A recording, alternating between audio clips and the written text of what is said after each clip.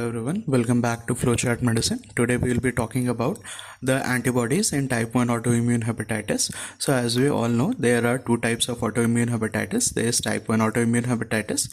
In it, the main antibodies are ANA, anti-nuclear antibodies. So a little bit more about the ANA.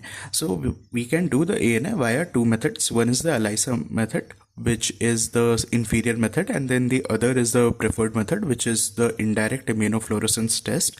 So when we do ANA by the indirect immunofluorescence method, then there is another aspect of the test that comes as patterns. So in ANA patterns in type 1 autoimmune hepatitis, it can be a homogeneous pattern or a fine speckled pattern. Then the second antibody is the smooth muscle antigen antibody, or asthma as we call it. This here is the signature antibody of the type 1 autoimmune hepatitis. Then there is AAA, anti-actin antibody, which is associated with poor prognosis. Anti-SLA, which is antibody against soluble liver antigen. It is the most specific antibody in type 1 autoimmune hepatitis, which has a 99% of specificity.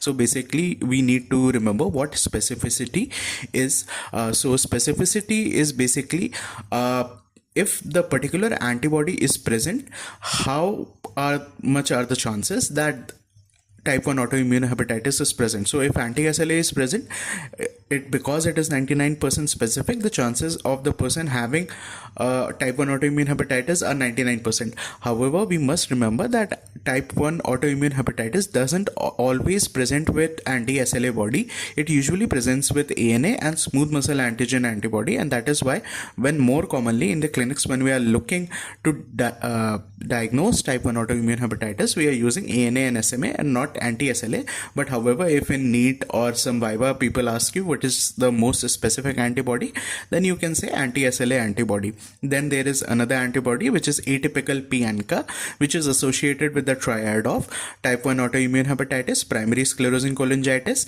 and atypical ANCA is also associated with ulcerative colitis. Now coming to type 2 autoimmune hepatitis. So here we only have two antibodies. One is the signature antibody, which is the anti-LKM1 antibody, which is anti-liver kidney microsome type 1 antibody. And when I say signature antibody, it means that when we are suspecting that a particular patient has type 1 autoimmune hepatitis, then we usually go for this antibody.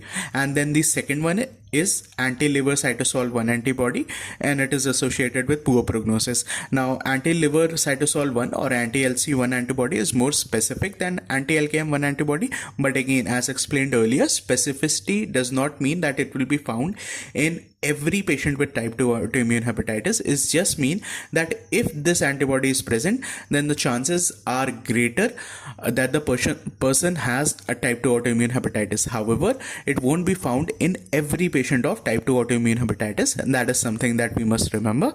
So I hope this short helps you, and please subscribe to the channel and share it with your friends. I will be uploading more such informative videos soon.